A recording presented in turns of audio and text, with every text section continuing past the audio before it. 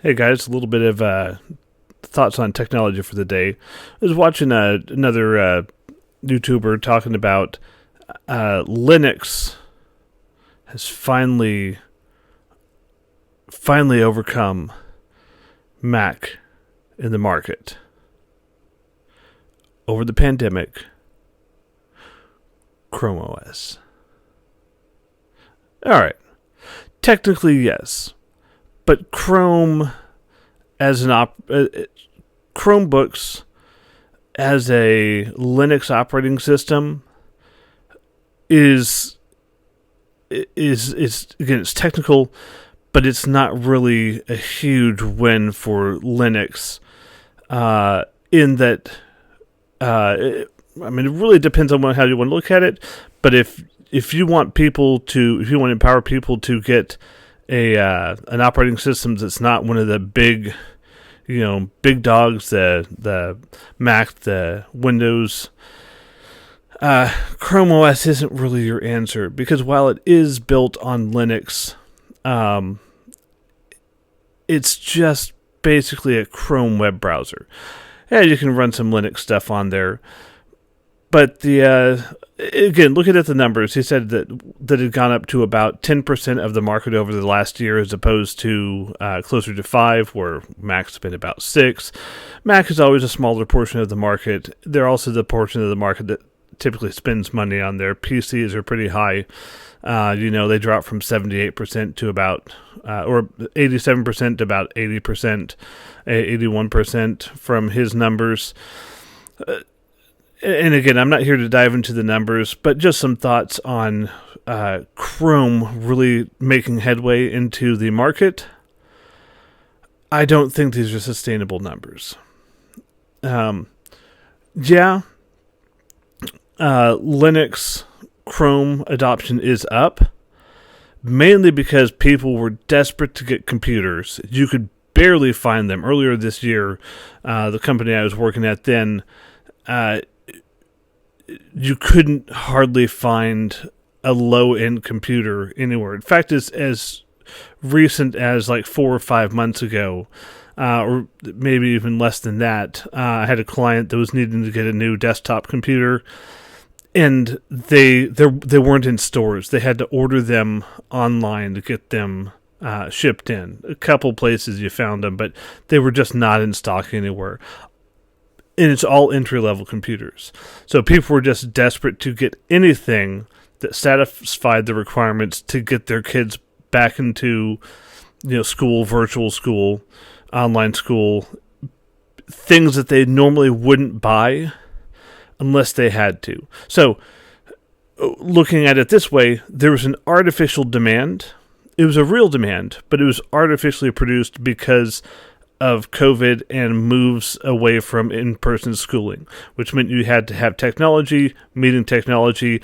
If you're required to buy something just for your child to learn and you don't have a good budget for it, you're going to spend as little as you can to get them there. And if you have budget, you're going and getting something nicer. So, computer sales in general were up over COVID simply because there's a huge demand for personal computers because you had to be able to work remotely and do school remotely. All right, so will that boost in Chromebooks persist? I think in the long run, it's going to hasten adoption of Chromebooks. In general, cloud-focused computers, there's really two factors. In general, cloud-focused computers where you don't necessarily focus so much on the local computing power of the computer and focus more on cloud services that you can work with, I think that's going to increase. You get faster and faster, better and better internet in not only urban but suburban and even rural places. Starlink's coming. Who knows how that'll be adopted, if it actually does, which I have some thoughts on. It'll probably be another video.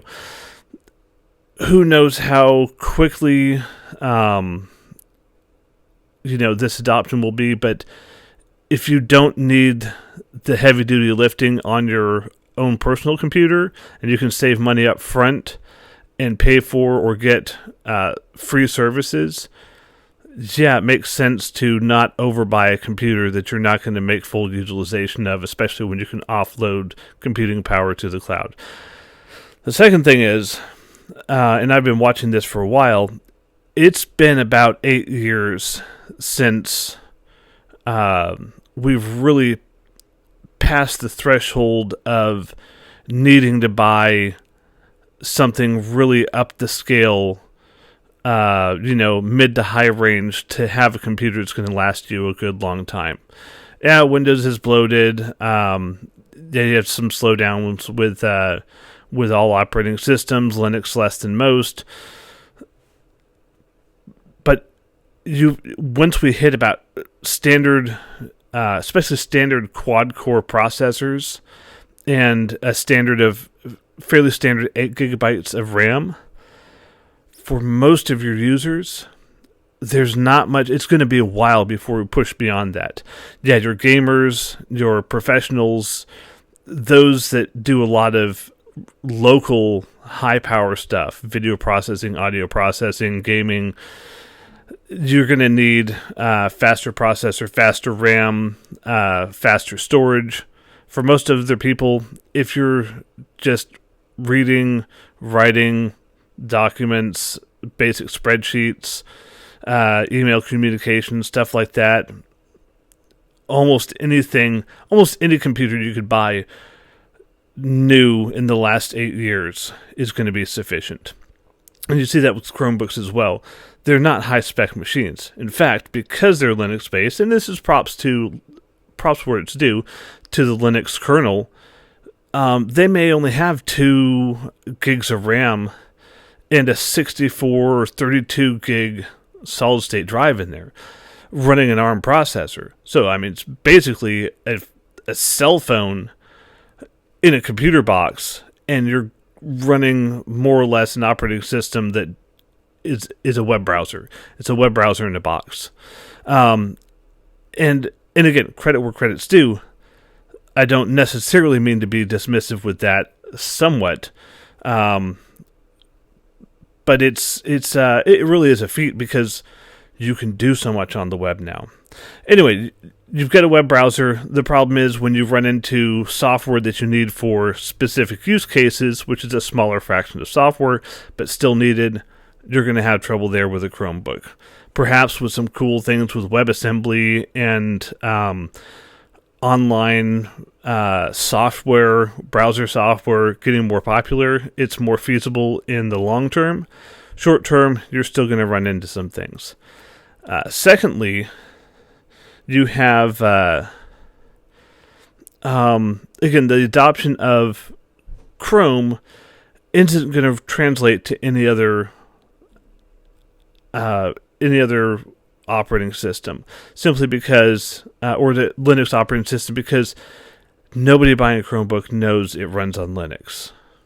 I say nobody, virtually nobody. Obviously, there are people who know that, but your general consumer just goes, can this do what my kid needs? And the guy at the sales store is going to sell them whatever they can get them to spend to meet those needs. Schools, a lot of them get in free G Suite. That's what Google knows, is that it's going to get people into the Google ecosystem. It's going to get parents to buy low-end, medium Chromebooks that will help drive their ecosystem.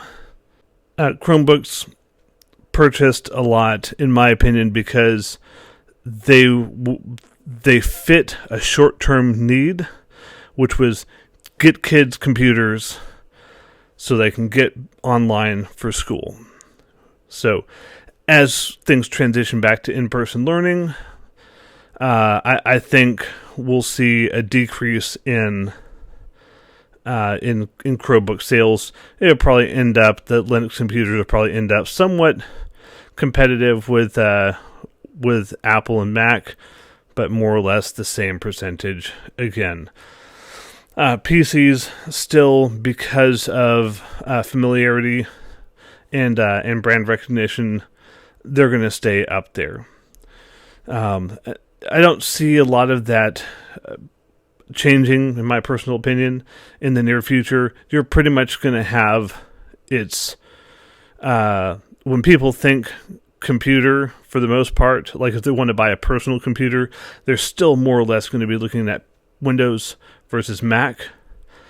If it's the case that you need something for school, you're going to go in and say, what will work? Here's my school's list. Here's what I need. What will work for this? And that's going to be a cheap Windows computer, a cheap Chromebook, and if the parents are willing to spend a little more money, a Mac. Again, get some good refurbished M1 Macs. We might see a little bit more of that coming once Apple has an education-focused M1 Mac, if they decide to kind of dip down into that upper, budget level for Apple, but still mid to upper consumer type computer. Yeah, we may see a little bit more of that pop up, but we had an artificially high demand for computers in a very short amount of time, and manufacturers were struggling to keep up with that, to keep inventory in stores. Again, I know I checked Best Buy frequently through the pandemic, other places, and low-level, entry-level computers, cheap computers, were almost always out of stock. The second thing is, it's not a huge win for Linux adoption because, again, most people don't know it's running on Linux. You're going to run into some things where the kids have the computers for school. They want to run some game on there. If they're not able to run it, the parent doesn't know why. They ask, this is meant for Windows. You can't use this on a Chromebook, just like you have PC, Mac. The difference really being that with app stores now, you have a whole ecosystem, so you shop in your app store with games instead of buying software separately online. Or, since you buy through the browser, you can immediately be told, hey, your computer doesn't meet the minimum requirements for this software, helps you prevent buying software that you can't use. So, there's that. That helps with not unneeded purchases. Doesn't really change the game in the long run, because if people do want to cloud game, or if people do want to game on their computers, you're still looking at Windows, unless you're looking at nerdy technology enthusiasts that know I can get this running in Linux, running with Wine. Steam on a Linux environment. Lots of options now. Still not going to be a huge part of the market. This is why I don't think where we're at right now, Linux will ever be a huge player on the market. I'm going to highly qualify ever, because I think there's something that could change that. I will get to that in a minute. Linux is not consumer friendly. When you had the idea of personal computers first coming out, the people who were getting into it were typically hobbyists, and you would build your own computers. That was a very niche market.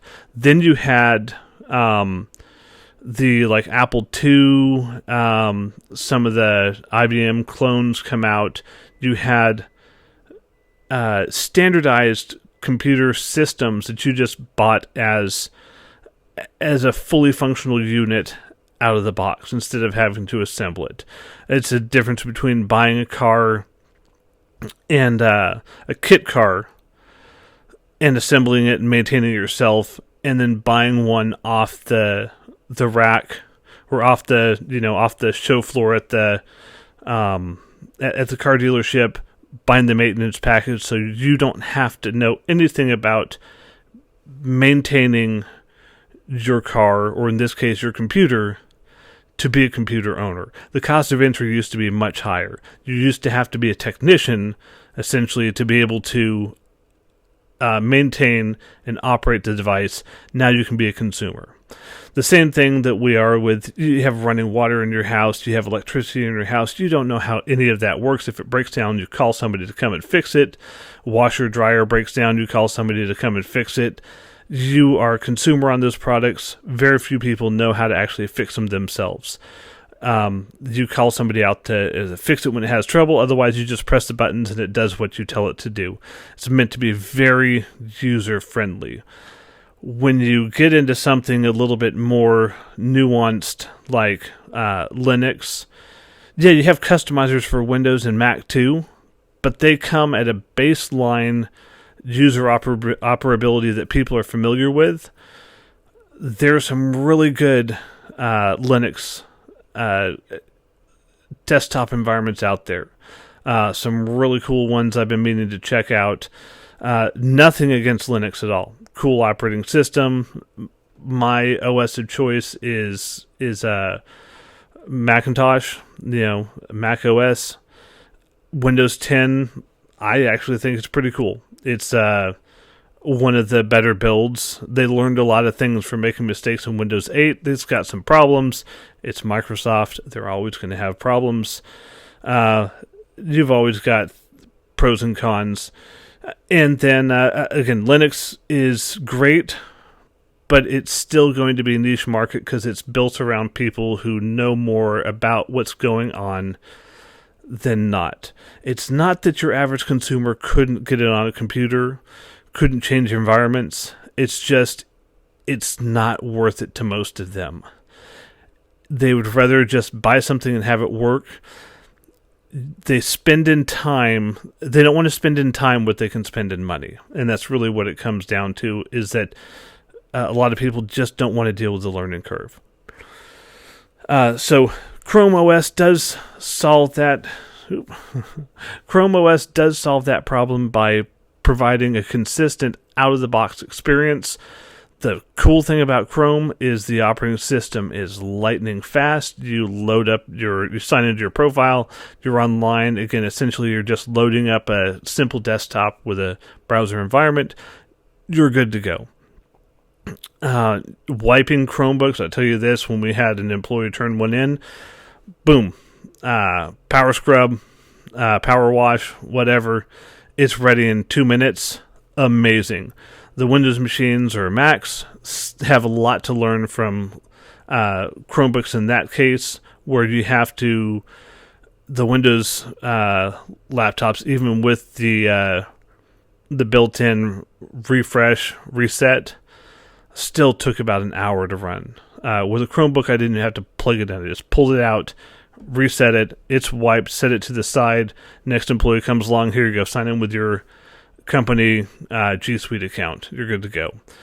Again, Mac OS still erase, reinstall. Come on, Apple, you've got it figured out on the iPad, iPhone. Erase all content and settings, and it just goes back to a factory install. I think we're close. I've heard some people talking about that. I'm ready for that to happen. Have your OS basically behind a pane of glass where when it's updated, it goes through a process to change it. But other than that, it's basically sandbox. So if you want to reset that device, all it does is erase the encryption of the user data on top of it, or erase all the free space, and you're good to go again. We'll see if that happens in the future. But the user focus, since one of the benefits of Apple and Windows focusing on consumers is that they need to get the operating system usability to a minimum threshold to appeal to consumers. If Windows goes too bad, you drive people over to Mac. If Mac does something stupid or loses compatibility with something, that drives some people back to Windows, fluctuates back and forth. You've got people that switch because they like it. And Mac, Windows, Microsoft, and the big names, HP, Dell, Lenovo, all the others down the line, they have a name and a presence. Linux doesn't have that same presence simply because explaining to somebody what Linux and a Linux distro and a desktop environment is can be more complex than they're willing to learn, let alone figure out how to use it. I think what would change this is if you had a key player, be that an HP, a Dell, or somebody either adopt a specific flavor of Linux, and or work with a third party that's really consumer focused and builds a very user friendly, and again, almost like Chrome friendly version of a desktop environment for Linux, where but a little bit more like a Windows or Mac OS environment, where it's easier to install programs and deal with a windowed environment, File Explorer and things like that.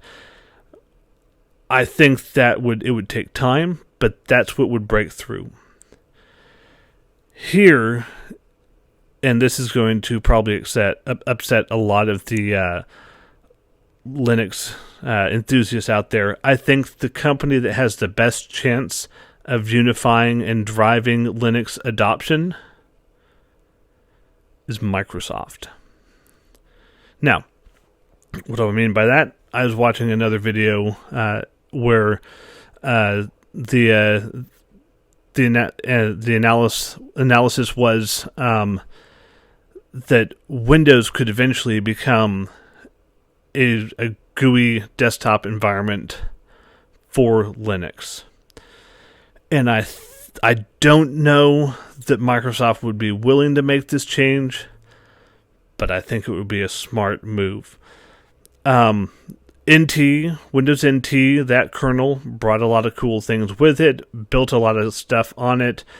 Mac and Apple and Microsoft have always been stealing, borrowing from each other, building on each other's successes, learning from each other's failures. NTFS brought a lot of cool things. There's plenty of other file systems out there. There's plenty of other kernels. If Microsoft did adopt a Windows desktop environment running on a Linux kernel, it could bring stability, speed, reduce minimum system requirements, and help them help with stability and releases of the OS in general. All they'd have to worry about were feature stability and feature releases for the OS environment, or for the desktop environment. That could be a game changer. They might have their own distro that they'd work on. They could build on top of another. They could do both. But the key here is that why build a successor to the NT kernel in that operating system when you already have one available that's open source? So I would expect to see in the next 5 to 10 years, I would not be surprised to see Windows switch to a Linux kernel with a more Windows environment. The cool thing for Linux users and Linux enthusiasts is that it would rapidly drive up the adoption of the Linux user base. Same thing as with Chrome. It's just skinned with a brand that you're familiar with. Chromebooks are just skinned with the Chrome browser familiarity. A Windows Linux machine would have Windows design language built into it. People are familiar with that. Here's for all you Linux buffs. The good news in that would be, depending on if they put that many restrictions on it, I don't know the feasibility on that. I'm not an OS engineer, but you could potentially easily, take a Windows desktop environment on if it were based on a Linux kernel, switch your graphical environment, potentially even pick your own flavor of Linux and run a Microsoft Windows themed environment on top of that. Hey, maybe it'd be an app you'd buy in the store, $30, something like that, similar to how you used to buy Mac operating systems. But we're kind of shifting to where operating systems aren't a purchase, aren't a product, but it's a feature of the platform that you work on. With Microsoft switching more to services, online services, Office, Microsoft 365, they call it now, and subscriptions, they're less and less worried, I believe, about consumer Windows licensing. In fact, you can install Windows 10 on any machine. It's going to give you the overlay of the Windows. It's not licensed, but there's little functional repercussions to not having a license for the Windows operating system. Not that I'm recommending it. You should pay for the operating system, use a valid license to use Windows outside of their trial period, but it doesn't look like they're putting any hard locks on using it for free. So what does that mean in the future? Well, as we get better broadband, the need for powerful system requirements on premise for most users is going to decrease. That means you can easily stay a couple model years behind. Like, you can work with 3-year-old technology, and as stuff is brought into WebAssembly and online-based systems, not only is it going to be more universally available because it's browser-based instead of OS-based, you can use any platform that you want. You could open it in ChromeOS. You could open it up in Mac OS. You could open it up in Windows. You could open it up in any Linux distro. If it's running in WebAssembly, as long as the OS supports that, the browser supports that, hey, you've basically got your operating system right there. Second is, and this may be the big one, we're really early on in cloud gaming. Google Stadia, Amazon's Luna, NVIDIA streaming, Microsoft's looking like they're going to get in the game.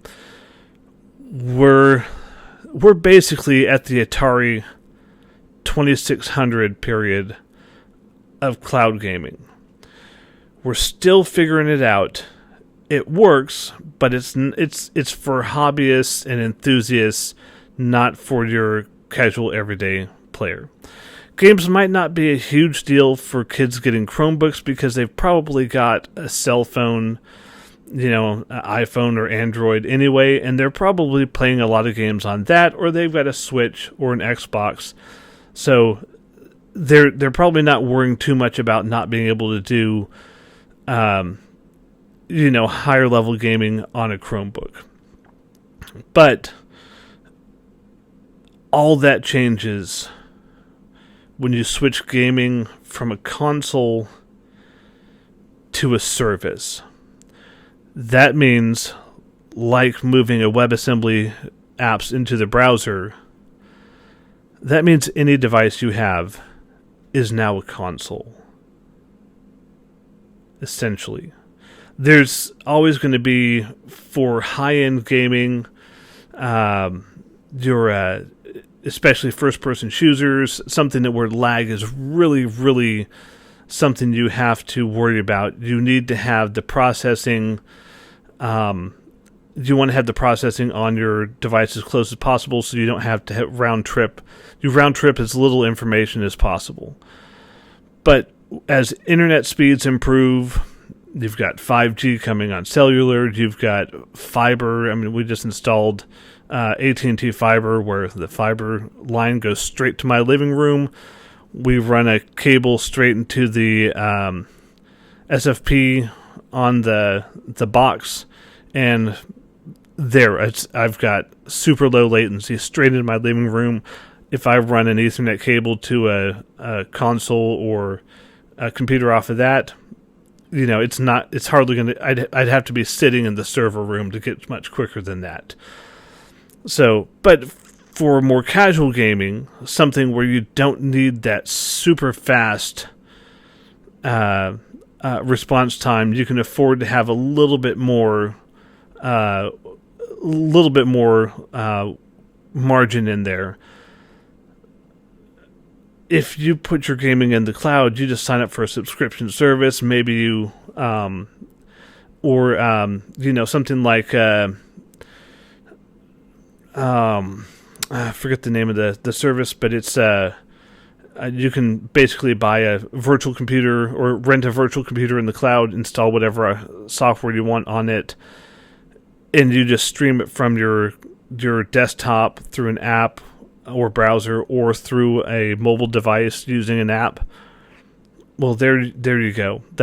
We're shifting to a point where you can really shift the brains of all the heavy lifting of the compute onto the server end, and as long as you have the speed, the latency low enough between your home and the service, you can do almost anything in the cloud with a much less intensive device on premise. So that's my thoughts on that. Linux being driven by ChromeOS, I think is, while technically accurate, I think it's an artificial swell in the purchases, and it's kind of a red herring for Linux adoption because fewer people even know it runs on Linux than they care about shifting to. And again, for the benefit of ChromeOS, as we shift things into the cloud, Stadia, stuff like that, it's going to make your potential for gaming on a Chromebook much more reasonable. But long term, shift towards a lot of WebAssembly, cloud-based services. There may be a homogenizing of the market in the long run. Windows will probably suffer. But again, I still think that for Linux users, the best chance of adoption they have outside of somebody heavily, heavily backing and really polishing up a really good version of a desktop environment for Linux is going to be Microsoft deciding to adopt it in the long run. Thanks. Have a good one. See you next time.